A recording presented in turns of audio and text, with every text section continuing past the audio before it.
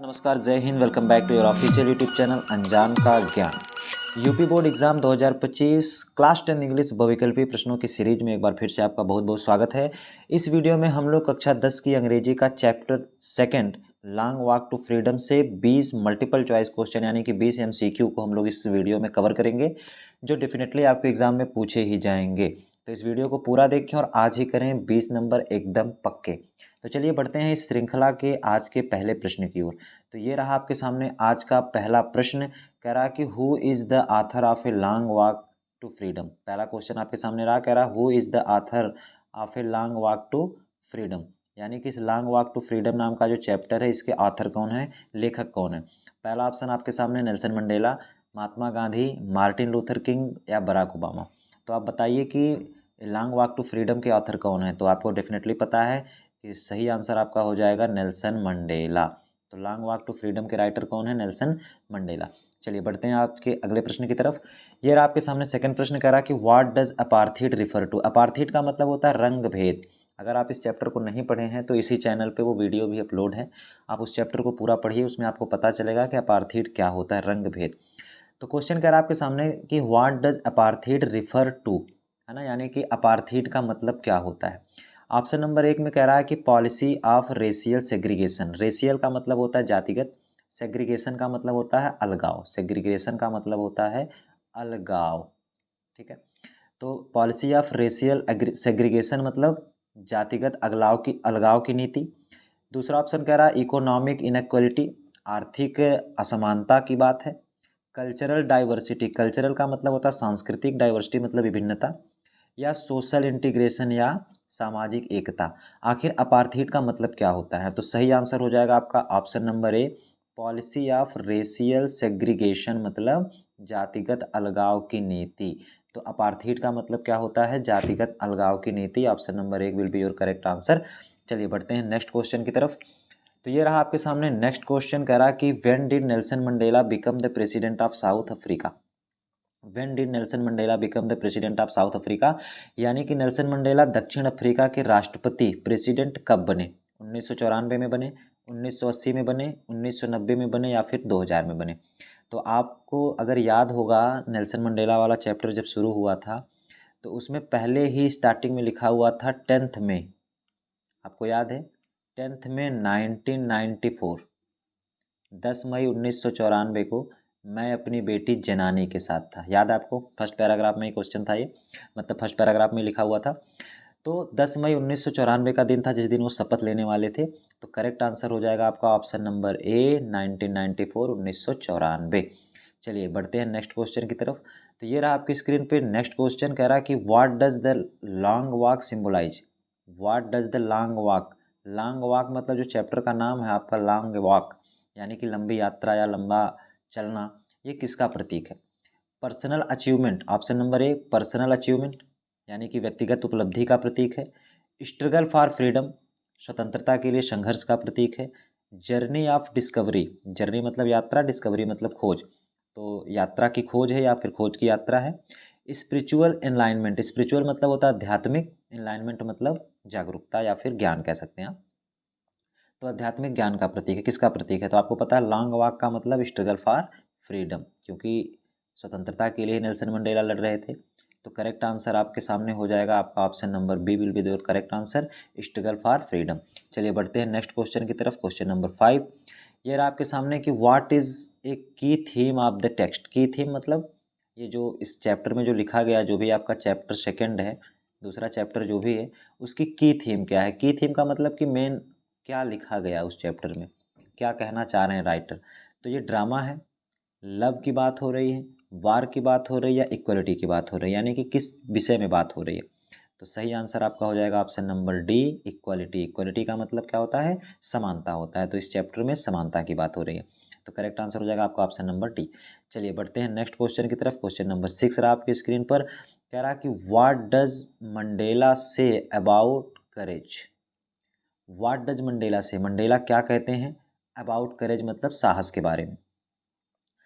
तो पहला ऑप्शन है, कह रहा कि it is not the absence of fear, मतलब कि करेज क्या है, it is not the absence of fear, डर की अनुपस्थिति नहीं है, बट बल्कि द ट्रियम्फ ओवर इट, बल्कि इस पर विजय है। तो अगर आप इस चैप्टर को पढ़े होंगे तो नेल्सन मंडेला के मतलब इन्होंने कहा था कि जो वास्तविक करेज है, जो रियल करेज है, जो असली साहस है, वो ये नहीं है कि आपको डर नहीं लगता या फिर आपके अंदर डर की अनुपस्थिति है, ये नहीं है, बल्कि ये है कि आप इसके ऊपर विजय हासिल कर लिए हैं। तो करेक्ट आंसर हो जाएगा इसका option number A will be your correct answer.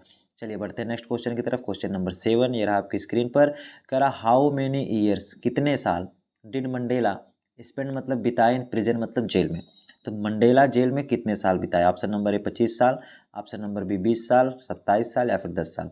तो करेक्ट आंसर हो जाएगा आपका ऑप्शन नंबर सी 27 साल, 27 years. The correct answer will be your option number C. चलिए बढ़ते हैं नेक्स्ट क्वेश्चन की तरफ। क्वेश्चन नंबर 8 रहा आपकी स्क्रीन पर। कह रहा कि what does Mandela recall, Mandela क्या याद करते हैं अबाउट हिज चाइल्डहुड, अपने बचपन के बारे में। मंडेला अपने बचपन के बारे में क्या याद करते हैं? चलिए ऑप्शन को देखते हैं।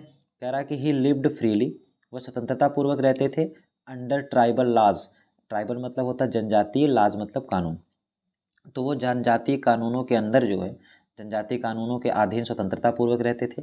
ऑप्शन नंबर बी कह रहा है ही अटेंडेड प्रेस्टिजियस स्कूल्स, वह किसी प्रतिष्ठित विद्यालय में पढ़ते थे। ही ट्रेवल्ड इंटरनेशनली, वह अंतर्राष्ट्रीय यात्रा किए थे। He grew up in the city, या फिर वो शहर में बड़े थे। तो अगर आप कहानी पढ़ें तो आपको एक चीज़ याद होगी कि नेल्सन मंडेला कहते हैं कि जब मैं बचपन में, जब मैं छोटा था, तो मैं अपने जो है दादा या जिसके यहाँ भी रहते थे, अपने माँ के खेत के किनारे जो है स्वतंत्रता पूर्वक टहल लेता था। आसमान में मैं सो लेता था, भुट्टे भून लेता था, वो तमाम चीज़ें, यानी कि वह जो है जनजातीय नियमों के अधीन जो है स्वतंत्रता पूर्वक रह रहे थे। तो करेक्ट आंसर हो जाएगा आपका ऑप्शन नंबर ए, ही lived freely under tribal loss. चलिए बढ़ते हैं नेक्स्ट क्वेश्चन की तरफ। ये रहा आपके सामने क्वेश्चन नंबर 9। कह रहा विच पॉलिटिकल पार्टी, कौन सी राजनीतिक party did Mandela belong to, जिससे मंडेला बिलोंग करते थे, यानी कि किस राजनीतिक पार्टी में मंडेला जुड़े हुए थे। मोस्ट इंपॉर्टेंट क्वेश्चन, इस क्वेश्चन को आप स्टार मार्क कर लीजिएगा, ये क्वेश्चन बहुत ही इंपॉर्टेंट है।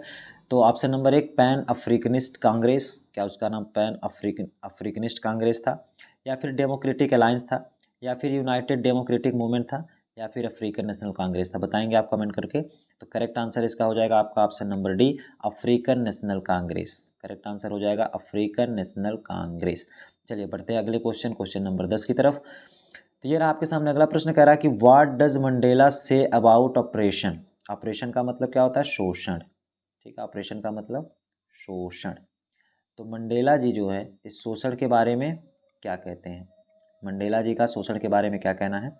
इट इनस्लेव्स, ऑप्शन नंबर 1 ए देखते हैं। इट इनस्लेव्स मतलब ये गुलाम बनाता है, बोथ मतलब दोनों को, किसको? दोनों को, ऑपरेसर शोषण करने वाले को, एंड द ऑप्रेस्ड और शोषित को। यह शोषण करने वाले और शोषित दोनों को गुलाम बनाता है। या फिर इट स्ट्रेंथ्स द ऑपरेसर, या फिर ये शोषण करने वाले को शक्तिशाली बनाता है। या फिर it only harms the oppressed, या फिर यह केवल जो शोषित लोग होते हैं उन्हीं को नुकसान पहुंचाता, हार्म पहुंचाता है।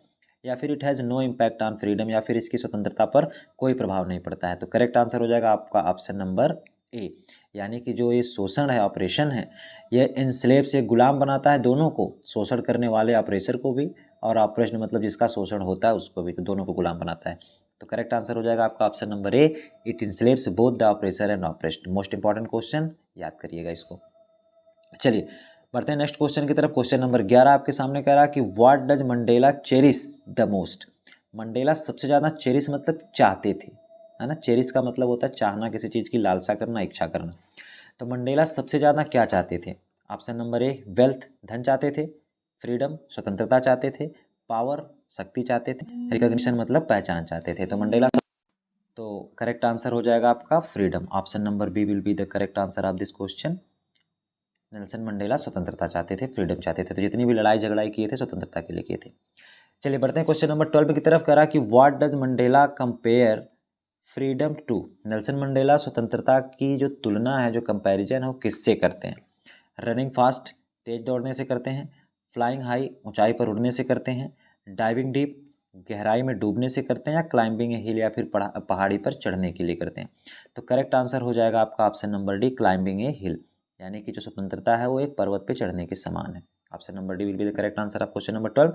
बढ़ते हैं नेक्स्ट क्वेश्चन, क्वेश्चन नंबर 13 की तरफ। कह रहा who helped Mandela in his journey. Question number 13, who helped, किसने मदद की मंडेला की इन हिज जर्नी मतलब उनकी यात्रा में। उनकी यात्रा में कौन उनकी मदद किया। ऑप्शन नंबर ए, मेनी अननोन हीरोज, कई अज्ञात हीरो। वर्ल्ड लीडर्स, संसार के नेताओं ने किया। हिज फैमिली, उनके परिवार ने किया।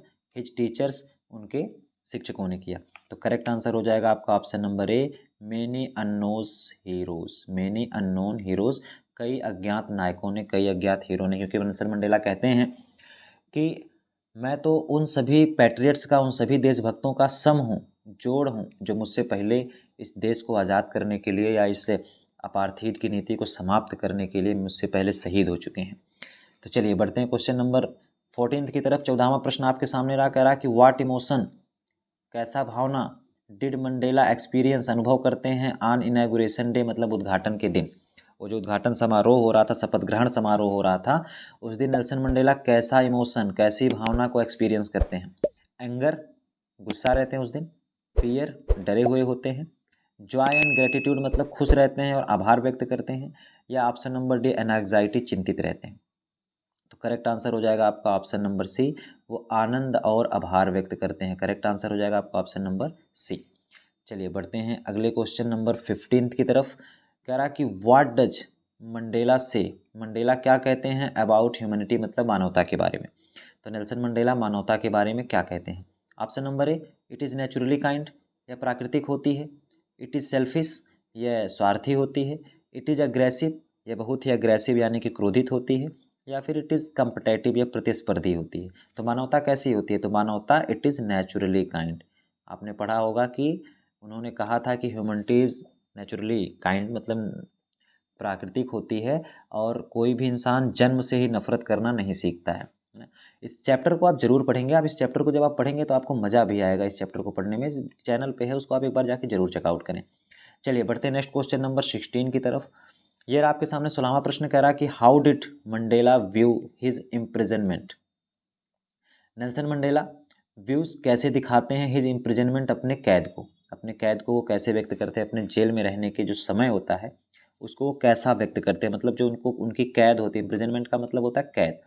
जब उनको कैद किया जाता है तो वो कैसा, उस विचार को कैसे व्यू करते हैं। एक कंप्लीट लॉस, कहते हैं कि उनका पूरी तरह से नुकसान हो गया। ए नेसेसरी सेक्रीफाइस, या फिर एक आवश्यक बलिदान के तौर पे उसको व्यक्त करते हैं। चलिए, या फिर option C, a waste of time, या फिर एन एडवेंचर मतलब कोई साहसी कार्य।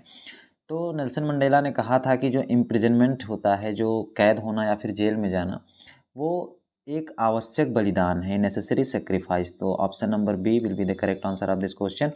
बढ़ते हैं क्वेश्चन नंबर 17 की तरफ। 17वां क्वेश्चन ये रहा आपकी स्क्रीन पे, कह रहा what event marked the end of apartheid, यानी कि जो अपार्थीड यानी कि जो रंग भेद की नीति थी उसके अंत में, एंड में कौन सी घटना हुई, क्या हुआ जब मतलब अपार्थीड की नीति खत्म हुई तो फिर कौन सी घटना हुई। ऑप्शन नंबर एक कह रहा फॉर्मेशन ऑफ एएनसी, कोई एएनसी पार्टी का गठन हुआ।